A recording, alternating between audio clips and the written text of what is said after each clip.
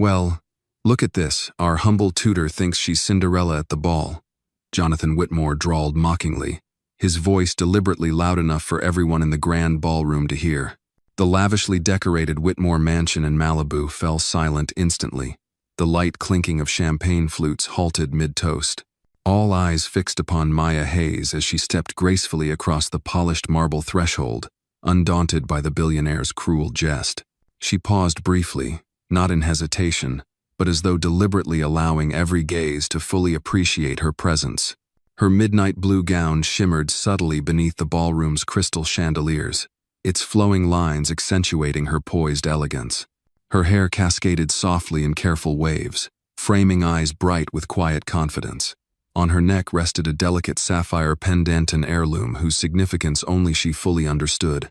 Jonathan's smirk faltered slightly as Maya met his gaze directly, unflinching and calm. She inclined her head politely, her voice resonant and measured as she responded clearly, first in flawless French, then seamlessly shifting to German, then Italian, and finally Spanish. Bonsoir à tous. Guten Abend, meine Damen und Herren. Buonasera a tutti.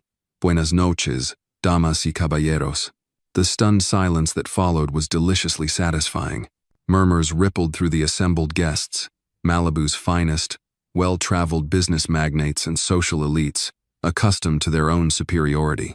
None had expected the quiet, dignified woman who tutored Jonathan's daughter to possess such remarkable linguistic fluency. Jonathan's eyes widened momentarily in disbelief, then narrowed with suspicion.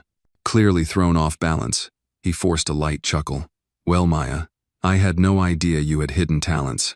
Maya smiled gently, allowing no trace of resentment or embarrassment. Hidden only from those who chose not to see, Mr. Whitmore. The remark drew another subtle wave of astonishment, quietly murmured conversations blossoming anew. Jonathan's wife, Margaret, stepped closer, placing a calming hand on her husband's arm, trying desperately to maintain a veneer of graceful composure. Yet Maya sensed Margaret's gaze probing her more deeply, searching for a hint of weakness or insecurity that simply did not exist. Fascinating, came a warm, intrigued voice from the side. Maya smiled gently, allowing no trace of resentment or embarrassment. This moment reveals the confidence Maya has long hidden, a powerful statement from a black woman who has been suppressed in a world of wealth and racial prejudice. Like this moment, it means more than you think. And let us know in the comments. Where are you watching this from? You might be surprised someone near you could be listening to this very story right now. Maya turned slightly, noticing Gloria Peterson, the respected investigative journalist renowned in Southern California. Gloria's eyes sparkled with genuine interest. It appears we've all underestimated you, Maya. People often underestimate those they perceive as powerless, Maya replied thoughtfully, her tone light, yet firm. But knowledge is a kind of power that can't easily be dismissed. Jonathan cleared his throat sharply, regaining composure as he attempted to redirect attention back to himself. Enjoy the evening, Maya. I hope our little gathering meets your expectations. Maya inclined her head respectfully once more, a subtle acknowledgement that disguised her deeper resolve. Thank you, Mr. Whitmore. I'm sure tonight will exceed everyone's expectations. Jonathan's jaw tightened imperceptibly at her confident retort, clearly uneasy beneath the composed mask he wore so effortlessly in public. As he stepped away to mingle with other guests, Maya allowed herself a quiet breath, feeling strength and determination welling within her chest. Gloria Peterson leaned slightly closer, her voice soft yet meaningful. You've piqued my curiosity, Maya. Fluent in 4 languages and clearly comfortable among these sharks, I suspect there's much more beneath the surface. Maya glanced down briefly at the sapphire pendant around her neck, a silent reminder of her deeper truth. There is, she admitted quietly, and tonight feels like the right moment for hidden things to finally emerge. Gloria's gaze lingered thoughtfully. Be cautious, Maya. Jonathan Whitmore thrives on secrets and power. Exposing the truth often carries risk. I'm aware of the risks, Maya replied steadily, her voice calm but resolute. But sometimes justice demands we risk everything. Gloria's expression softened with newfound respect. Then consider me an ally, she said gently before drifting away to join another conversation. Left momentarily alone, Maya felt the weight of eyes still lingering upon her, now filled less with mockery and more with wary curiosity. She slowly moved deeper into the room, mingling effortlessly among influential guests. Their cautious questions soon gave way to genuine conversations about art, global politics, economics, and history. Each interaction further revealed her expansive knowledge far beyond that of the quiet tutor they had imagined her to be. Gradually, admiration replaced suspicion, and respect quietly subdued ridicule. By the time she reached the grand piano, even Jonathan Whitmore watched her from afar, his earlier smugness replaced by carefully veiled unease.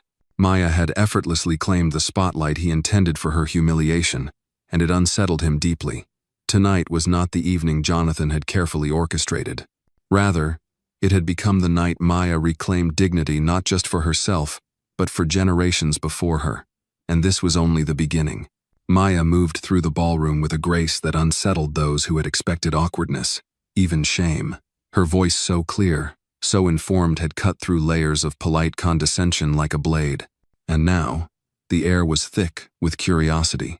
As the live string quartet shifted to a gentle rendition of Debussy's Clair de Lune, Maya found herself surrounded not by laughter or ridicule, but by whispered questions and reluctant admiration. A CEO of a tech firm asked for her thoughts on international education reform. She answered without hesitation, quoting data from recent OECD reports. A hedge fund manager made a cynical joke about classical music being dead. Maya countered by identifying the precise composer playing and explaining his influence on modern cinematic scoring.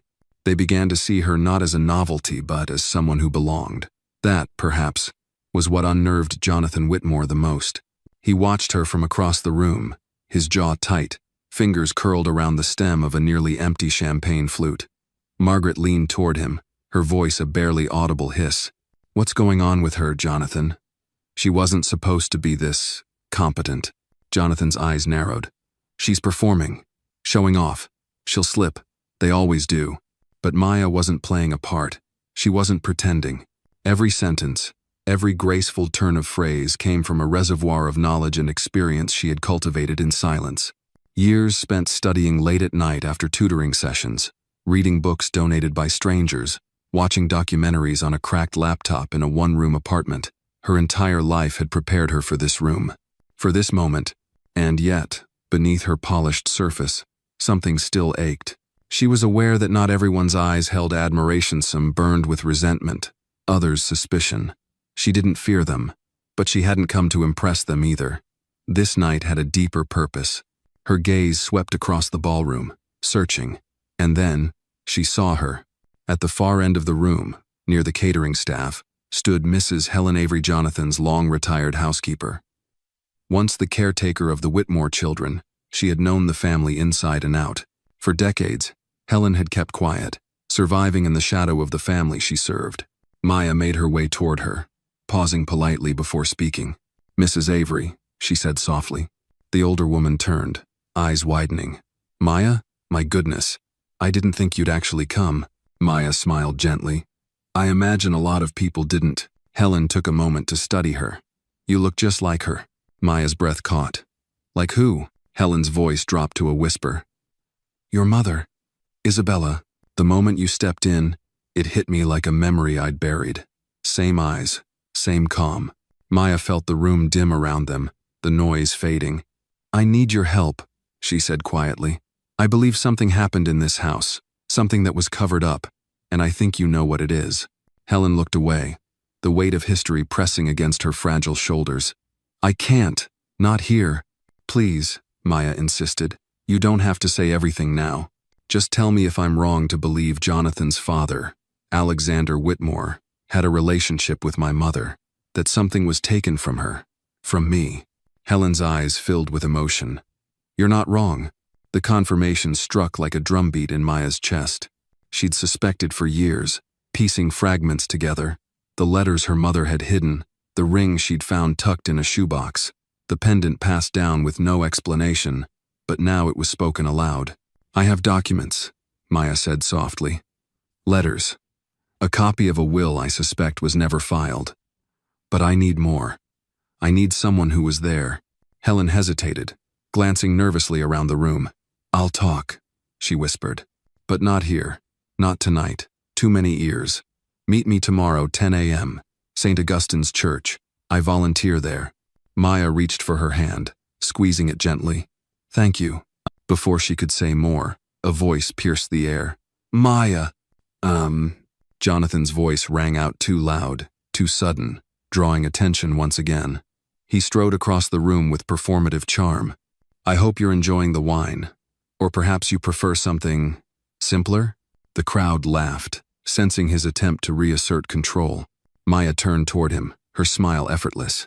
Actually, Mr. Whitmore, the Pinot is excellent. 2012 from Oregon's Willamette Valley, if I'm not mistaken. Jonathan blinked. You know wine? I know a great many things, Maya replied smoothly, and I've learned them despite not being invited into places like this. He smiled tightly. Well, you're here now. Consider it a kindness. Maya leaned in just slightly.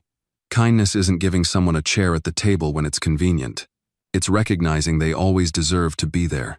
Jonathan's expression hardened for a flash of a second, then softened again under the watchful eyes of his guests. Then make yourself comfortable. I'd hate for you to feel out of place. I'm quite comfortable, thank you, Maya said, her voice firm.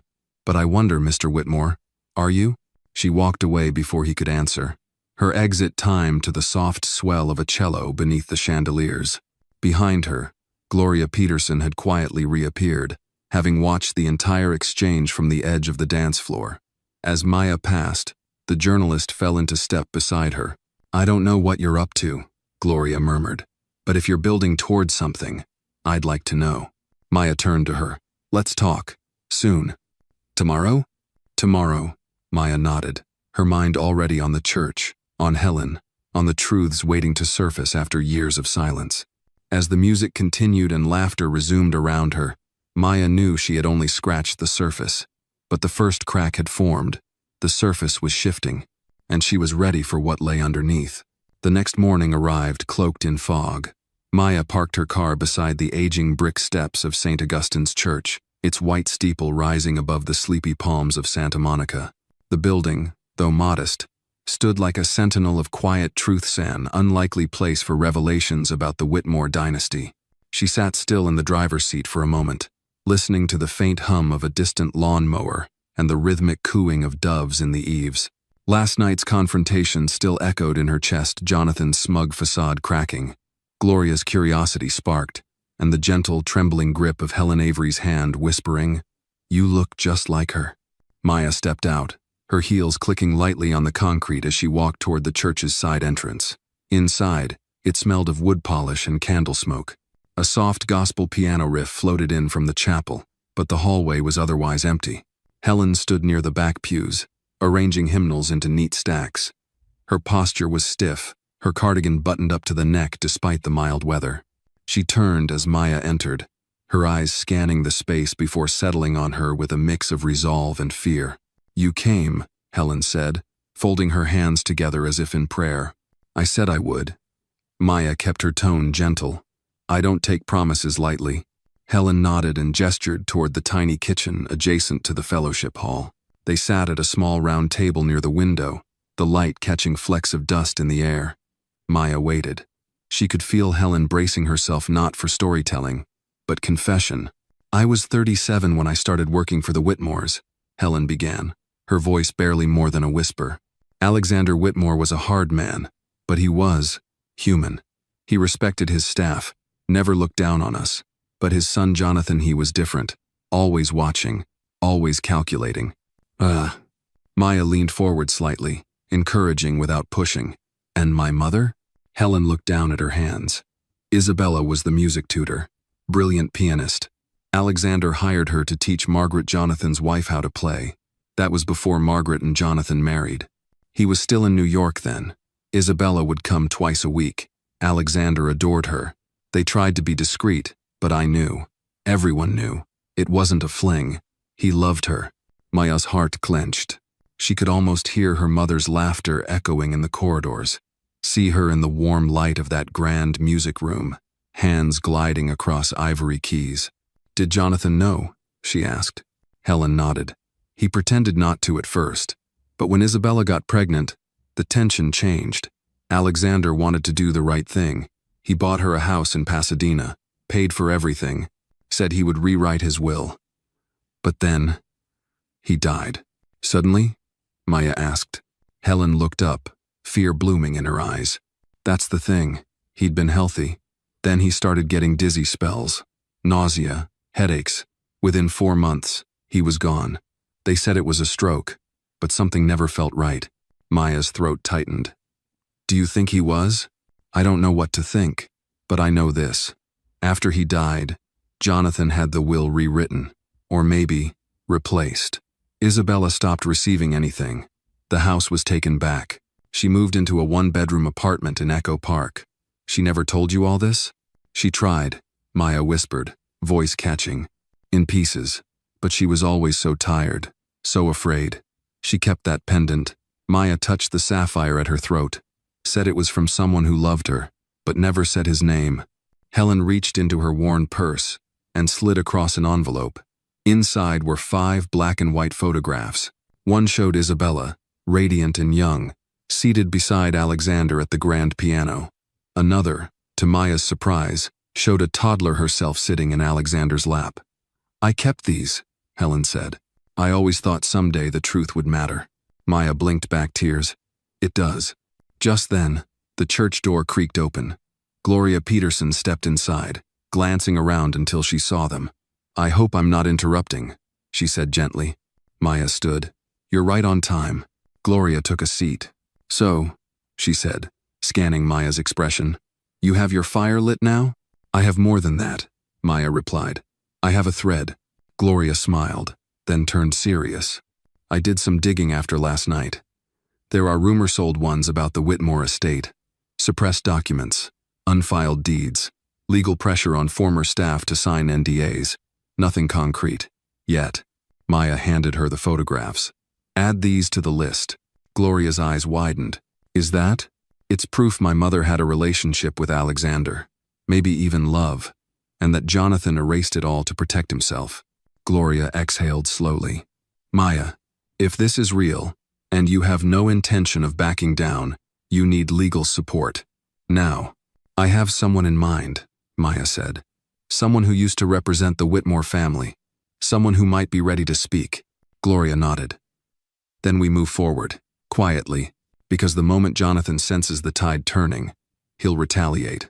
Maya glanced toward the stained glass windows. The morning sun had begun to burn through the coastal fog, casting bands of light across the worn tile floor. He already knows, she murmured, and he's already afraid.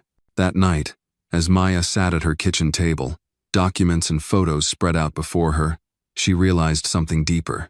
This wasn't just about inheritance. It wasn't about legacy. It was about dignity. Her mother had been erased.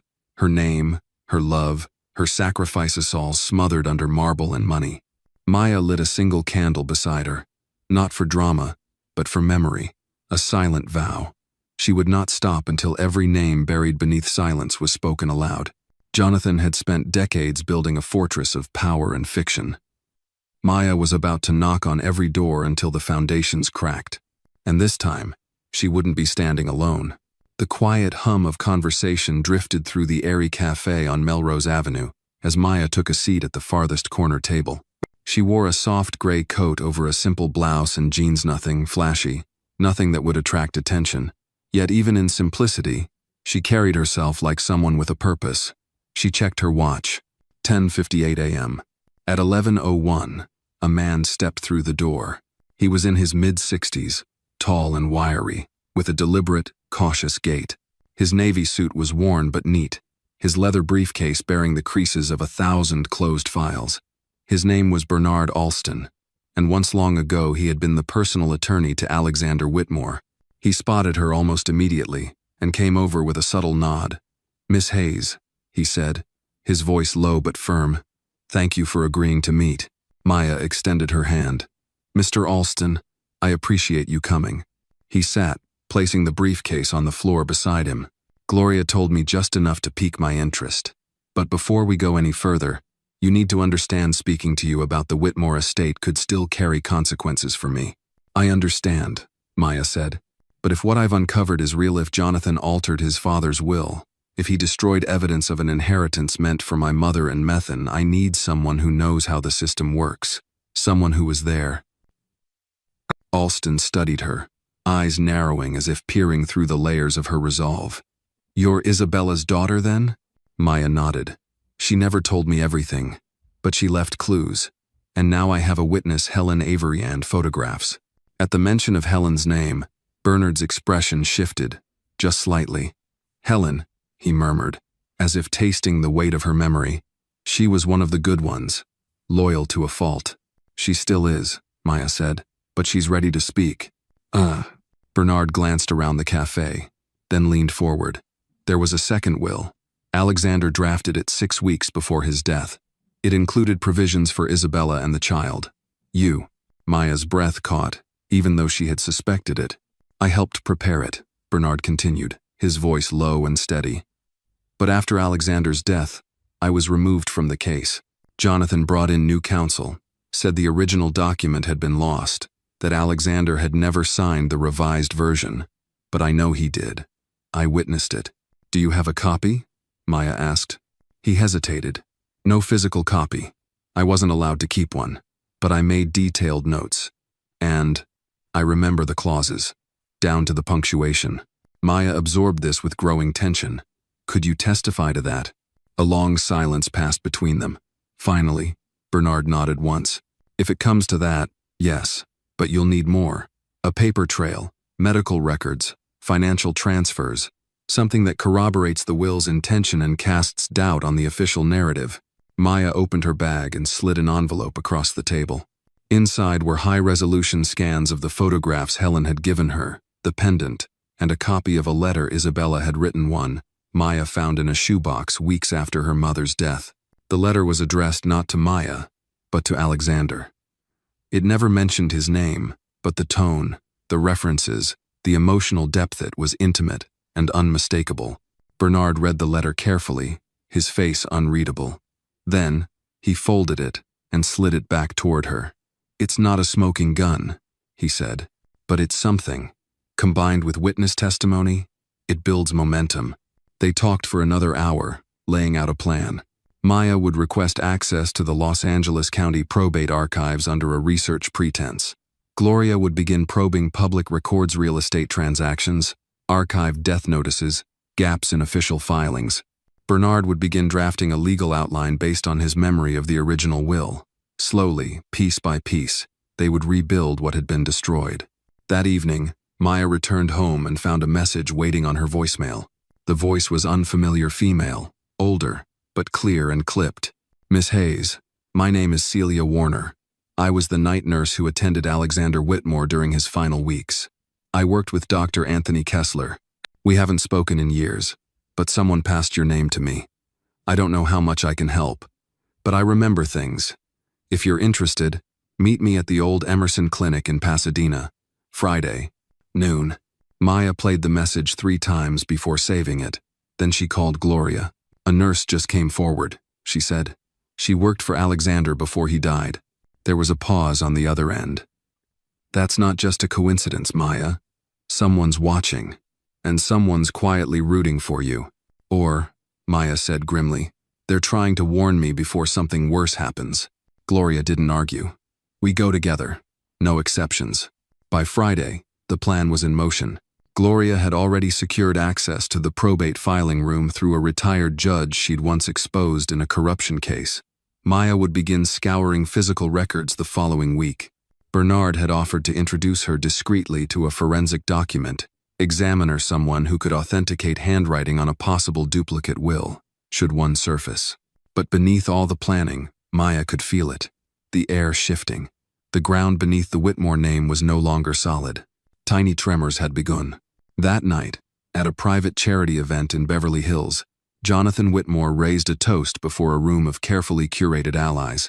His speech was smooth as ever, full of patriotic platitudes and calculated generosity.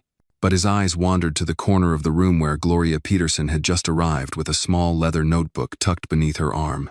He smiled, but the lines around his eyes didn't crinkle like they used to. He was beginning to understand.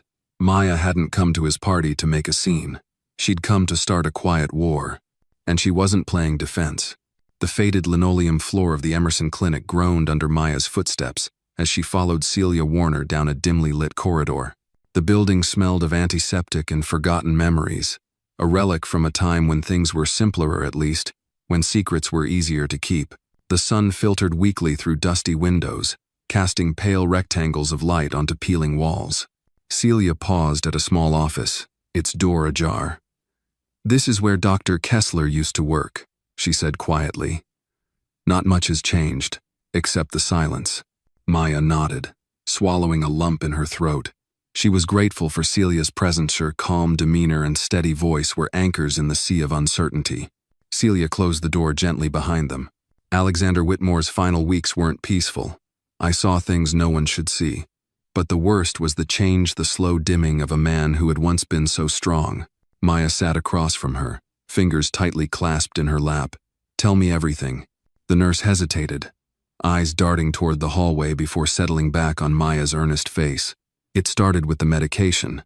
At first, it was routine sedatives for sleep, painkillers for the arthritis.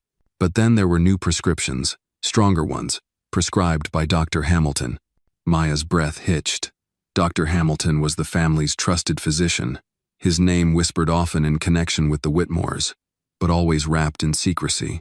Dr. Hamilton was different from the others, Celia continued. He was polite but distant, always watching. I noticed he'd check Alexander's vitals with a stiffness that felt unnatural. Sometimes, I found syringes with clear liquids hidden in his medical bag, liquids I wasn't authorized to administer. "What did you do?" Maya asked, leaning forward. I questioned him once. He smiled, cold and sharp, and told me I wasn't to interfere with the medical plan. He threatened my license if I said a word. Celia's voice cracked. Alexander grew weaker, sicker. He stopped eating. His hands trembled, his speech slurred. But it wasn't natural aging. It was like something was poisoning him slowly. Maya's fists clenched. "Did you ever report this?" "I tried," Celia said bitterly. "To the hospital board, to Jonathan's office, even the police. Nothing happened. Jonathan dismissed my concerns, called me a troublemaker." The room fell silent, the weight of unspoken truths pressing down. Maya swallowed hard. "You believe Alexander was poisoned?" Celia nodded. "Yes, I think it was deliberate. And I think Jonathan knew." A wave of anger surged through Maya, but she tempered it with resolve. "Thank you, Celia. This means everything." Celia reached into her coat pocket and pulled out a small manila envelope. These were tucked away in Alexander's old file, the lab results. Some handwritten notes from his private nurse, medical logs that don't match official reports. I kept them hidden, just in case. Maya carefully opened the envelope, unfolding the brittle pages. The notes detailed unexplained symptoms, elevated arsenic levels, irregular heart function, and mysterious fainting spells. "I'm going to take these to Bernard," Maya said. "They could prove the poisoning." "Be careful, Maya," Celia warned. "Jonathan's reach goes far, and he's ruthless." Later that afternoon, Maya met Gloria at a small bookstore cafe near Hollywood Boulevard. The city pulsed outside, endless swirl of ambition and deception. Gloria unfolded the documents, eyes scanning rapidly. "This changes everything," Gloria said. "If Jonathan is behind this, the legal battle just became a matter of life and death." Maya nodded. "It's more than money now. It's justice for my mother and for my father." Gloria leaned back, fingers steepled thoughtfully. "We'll need a strong legal team, whistleblowers, anything to break the silence, and a media strategy to protect you from Jonathan's retaliation." Maya sipped her coffee, steeling herself. "I'm ready." Over the next days, Maya's world became a whirlwind of research, secret meetings, and cautious conversations. Bernard Alston guided her through the complex layers of estate law, while Gloria gathered sources, former employees, financial analysts, even disgruntled politicians who had tangled with the Whitmore empire.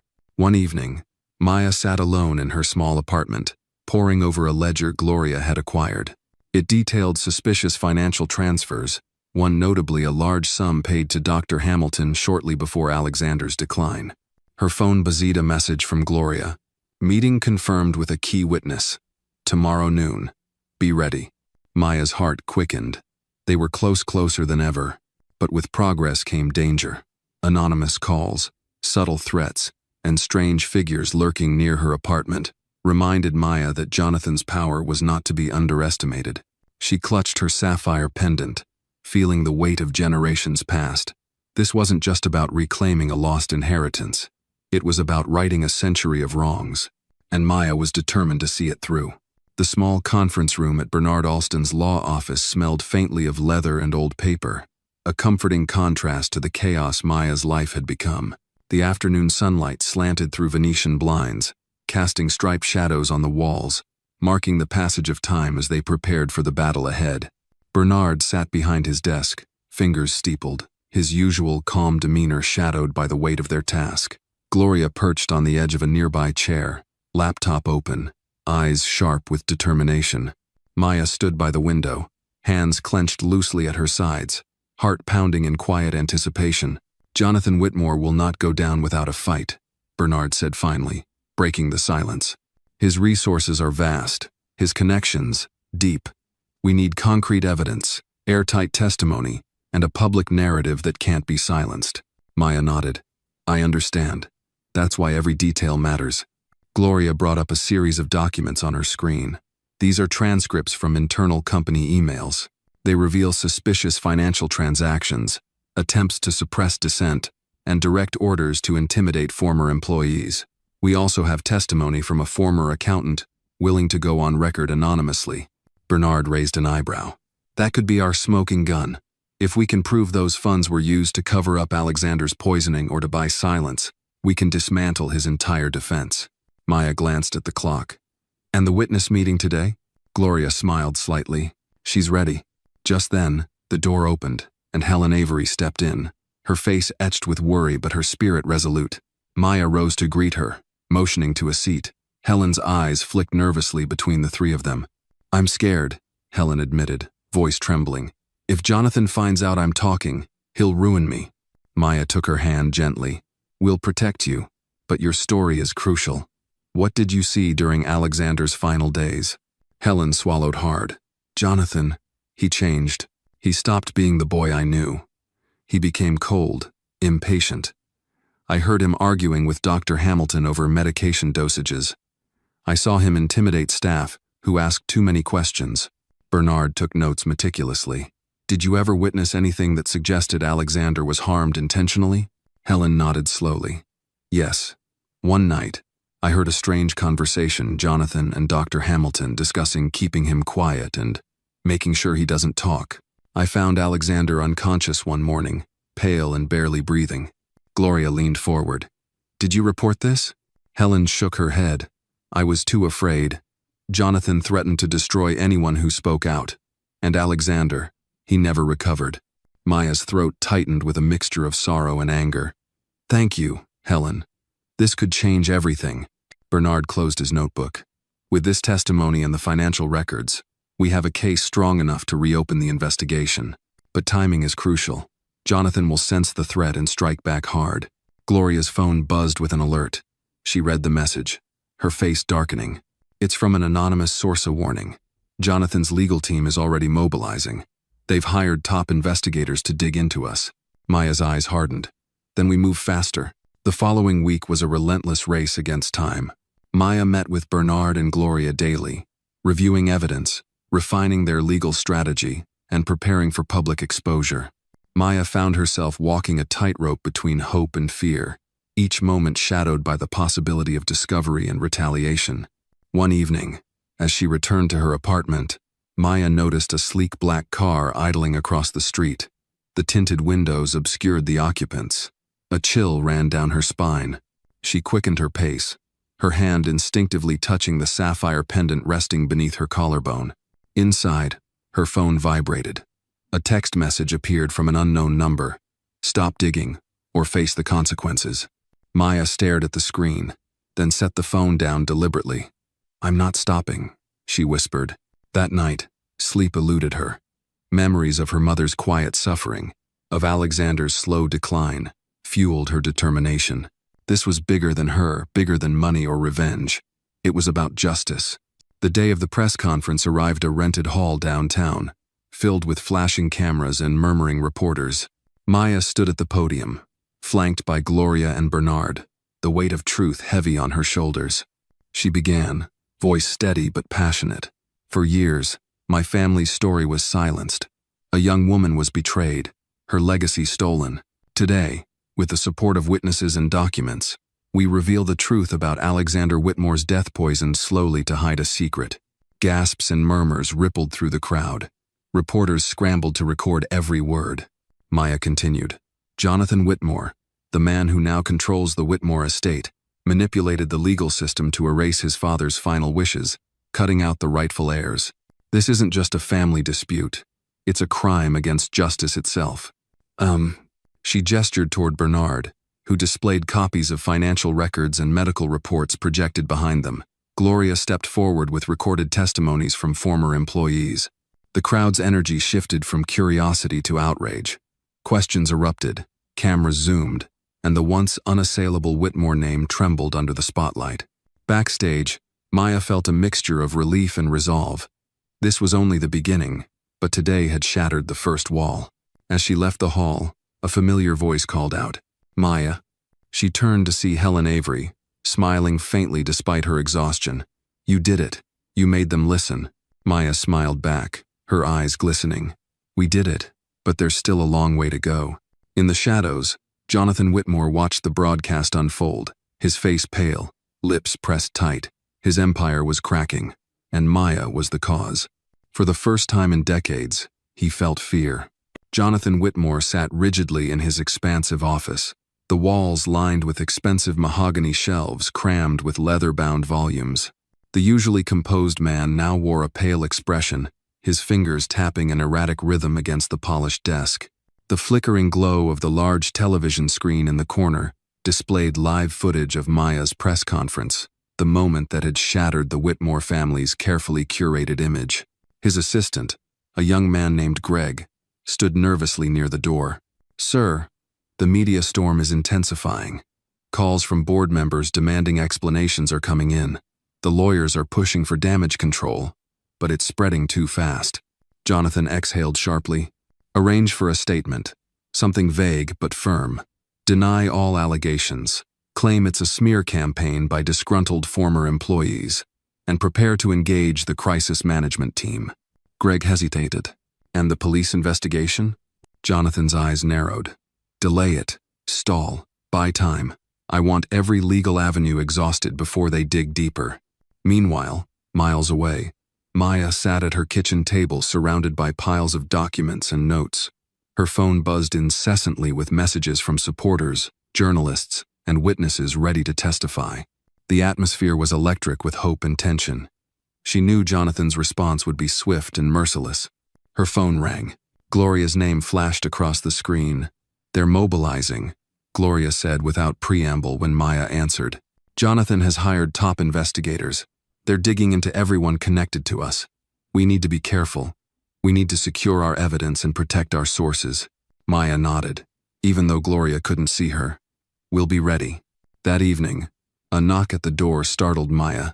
She opened it cautiously to find Bernard standing outside, holding a folder thick with papers. "I have something you need to see," he said gravely. "This just came from a whistleblower inside Whitmore Industries. Financial records showing unauthorized transfers, hush money payments, and links to offshore accounts." Maya took the folder, flipping through the documents. The scope of Jonathan's corruption was staggering bribes to local officials, embezzlement schemes, and a covert fund used to silence potential witnesses. "This is explosive," Maya said, eyes scanning the pages. "We can use this to pressure the board to act, and to strengthen our case legally." Bernard nodded. "Exactly. But this also makes us targets." Days turned into weeks, and the pressure mounted. Maya found herself shadowed by unknown cars, her phone hacked, emails intercepted. Threatening messages escalated from veiled warnings to direct threats. But she remained undeterred. One morning, while meeting Gloria at a discreet cafe, Maya was startled by a man who slid into the seat opposite them. He introduced himself as Detective Ramirez from the Los Angeles Police Department. "I've been assigned to review the reopened investigation into Alexander Whitmore's death," he said quietly. The new evidence you've brought forward has compelled the department to take a fresh look. But be aware, this case has powerful interests involved. Maya met his steady gaze. I'm prepared for whatever comes. Detective Ramirez offered a small, reassuring smile. Good, because justice often demands endurance. Later that week, Maya and Gloria met with a group of former Whitmore employees willing to speak on record for the first time. Their testimonies revealed a culture of intimidation, cover-ups, and manipulation further eroding Jonathan's public image. The media frenzy intensified. News outlets aired exposés. Social media campaigns trended under hashtags calling for accountability. Public sentiment shifted decisively in Maya's favor. Back in his office, Jonathan's facade crumbled. His closest allies began distancing themselves. His wife Margaret confronted him with tears and accusations, demanding answers he could no longer provide. On a stormy evening, Jonathan sat alone, the weight of impending downfall pressing upon him. He stared at the family portrait hanging above his fireplace, Alexander's stern face, Isabella's gentle smile, and a young Maya, barely a toddler. For the first time, he confronted the consequences of decades of greed and deceit. Outside, the world was changing. Maya Hayes had ignited a fire that no amount of money or influence could extinguish, and the reckoning was only beginning. The sun had barely risen over the city when the first black SUVs pulled up to the Whitmore estate. Police officers in sharp uniforms moved swiftly through the manicured gardens, their badges gleaming under the early morning light. Media vans lined the street outside, reporters scrambling to capture every moment of the unfolding drama. Inside, Jonathan Whitmore was in his study, the walls lined with trophies and awards, celebrating decades of success. His face, once confident and unshakable, was pale and drawn. His hands trembled as he poured himself a glass of scotch, the amber liquid catching the light like a fleeting hope. A sharp knock interrupted the silence. "Mr. Whitmore, you're under arrest for charges including conspiracy to commit murder, fraud, and obstruction of justice," an officer announced, handing over the official paperwork. Jonathan stared at the documents, disbelief clouding his eyes. "This is a mistake," he muttered, voice cracking. "There's no proof none of this is true." The officers moved with practiced efficiency, cuffing him and leading him out. The once powerful man walked with his head bowed, the weight of his empire collapsing around him. Outside, the press erupted into a frenzy. Cameras flashed, microphones shoved forward. Maya stood a few blocks away, watching the scene unfold on a large screen at a cafe, surrounded by supporters and strangers united by the thirst for justice. Gloria stood beside her, eyes bright with emotion. "You did this, Maya. You broke the silence." Maya shook her head gently. "We did this. It's not about me." The news coverage detailed the charges, a pattern of deception and cruelty stretching over decades, culminating in the poisoning of Alexander Whitmore to secure the family fortune. The public was stunned, a titan brought low by the daughter he had tried to erase. Margaret Whitmore emerged from the mansion, tear-streaked and weary, avoiding the cameras but unable to hide her anguish. Whispers spread that she had already begun divorce proceedings and planned to relocate with their children, hoping to escape the shadow of scandal. Meanwhile, inside the courthouse, Bernard Alston worked tirelessly to present the amassed evidence. Witness after witness testified to the abuse, intimidation, and corruption. Helen Avery recounted her memories with quiet dignity, lending credence to Maya's story. Maya watched from the gallery, emotions swirling. The courtroom was a crucible, forging her from the embers of her mother's silence and the cold stone of her past. After weeks of proceedings, the verdict was clear. Jonathan Whitmore was guilty on all counts. Sentenced to 25 years without parole, his fall was complete. Months later, Maya sat in what was once Jonathan's office, now transformed. The oppressive portraits were replaced with photographs of employees promoted from within, awards recognizing community outreach programs, and framed letters from scholarship recipients. The walls echoed a new legacion built on fairness, dignity, and hope. Amanda, the former cleaning lady who had been quietly working her way up the ranks, knocked and entered. "Miss Hayes, Forbes is here for the interview about the company's transformation." Maya smiled warmly. "Send them in." The interview was candid and inspiring. Maya spoke not of vengeance, but of justice and restoration. "The best revenge," she said softly, is not to destroy those who have hurt you, but to build something so great that the injustice becomes only the first chapter of your story. After the cameras left, Maya sat alone in the quiet office, reflecting on the journey. A letter lay on her desk, a final note from Jonathan, filled with regret and twisted apologies. She read it once, then folded it carefully, setting it aside.